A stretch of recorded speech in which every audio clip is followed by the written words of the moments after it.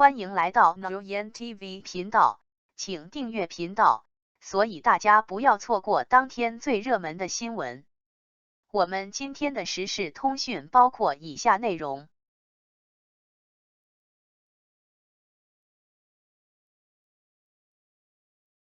王一博不仅是一个荧屏偶像，而且还是大家真心佩服的偶像。他拥有实力、颜值，他十分努力和真实。即使我们成为大人后，有时也难免感到虚弱和迷茫。但是看到他，我觉得他已经成为了我心中理想中那个自己未曾成为的人。他代表了我的理想，心灵的净土，这份珍贵的感受让我倍感难得。同时，因为喜欢他，我也想要更加提升自己。他就像一束光，虽然我无法成为那道耀眼有力的光，但是朝着他的方向奔跑，我会感到离美好又近了一点点。我不断发现生活中之前忽略的可爱之处，学会淡化生活中的小烦恼，更加热爱生活。因为他真诚的想成为更好的自己，同时也确实在慢慢的改变着我。此外，他是一个充满正能量的人。无论他的身份如何，即使他只是一个普通人，如果他出现在我身边，他的性格、正能量、不服输的精神、愿意冒险和尝试新事物的勇气，这些都足以吸引我。他对热爱的追求达到了极致，这对于生命和青春来说是最好的回答。有一位摩托姐姐说，她活成了我梦想的样子。实际上，有时候我觉得我所追求的并不是星星，而是我梦想中的自己。他展现的那份执着和热爱不仅仅是我所追求的，更是我应该具备的品质。因此，我非常感激能够遇见他。每当王一博一跳起舞，我的目光就无法离开，而通过慢慢了解他，我发现他身上还有许多美好的品质。他一直是那个话语最少、最直率的男孩。在回国的这几年里，他陆续参演了不少电视剧，但都没有引起太大的轰动。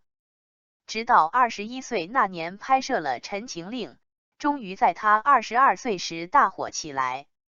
随着对他的了解越来越深入，我发现他的闪光点越发明显。后来，我才注意到，不仅在跳舞的时候他很帅，平常的时候也同样迷人。他的魅力源于他的才华，最终体现在他的颜值上，而他的品质更是让人着迷。他的成功并非突然的幸运，而是一步步走过来的结果。是时候给予他应有的回报了。喜欢他的人之所以喜欢他，是因为看到了他一个又一个的闪光点。其实，我喜欢他也有一些私心在里面。我们相似，却又有所不同。他比我更加勇敢，也更加幸运。我也会拥有一个又一个的闪光点，或许有一天我能让他注意到我。那时，我一定要告诉他，我非常喜欢他。最后，我希望我们的小奶盖能够越来越好。事实上，我是一个容易3分钟热度的人，看了什么电视剧就会迷上里面的明星。但自从喜欢上王一博之后，我再也无法对其他人产生喜欢的感觉了。一开始是因为他的颜值，然后是因为他的性格，再到他的为人，他的正直和善良。这次河南暴雨，他作为志愿者前往支援河南，真的让我感动不已。他真的是我见过的拥有天赋的人中的佼佼者。无论学习什么东西，他都能很快上手。对于自己喜欢的事情，他一直坚持不懈地去做，并且一直渴望尝试新的未曾尝试过的事物。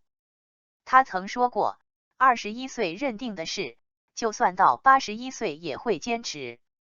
出于对他的欣赏，我深深地爱上了这个男孩。他非常努力，是我学习的楷模。他擅长跳舞、摩托、滑板、主持等等，而每一样都能用心做到出色。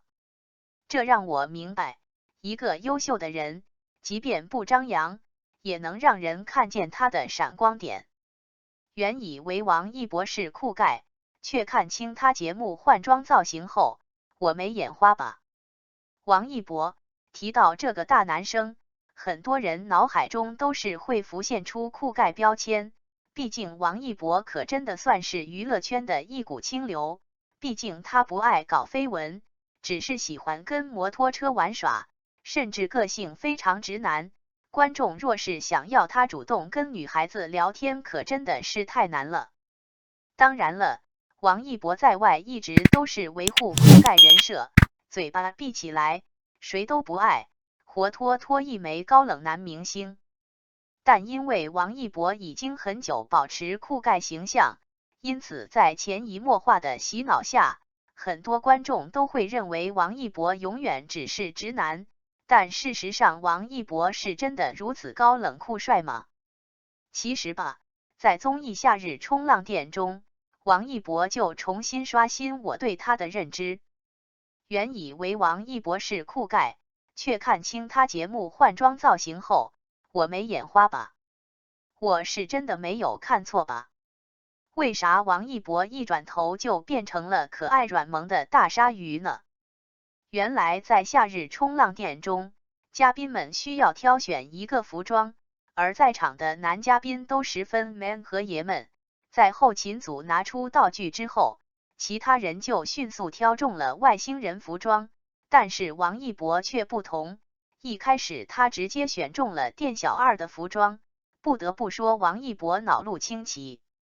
除了店小二造型之外，王一博居然还挑战自我。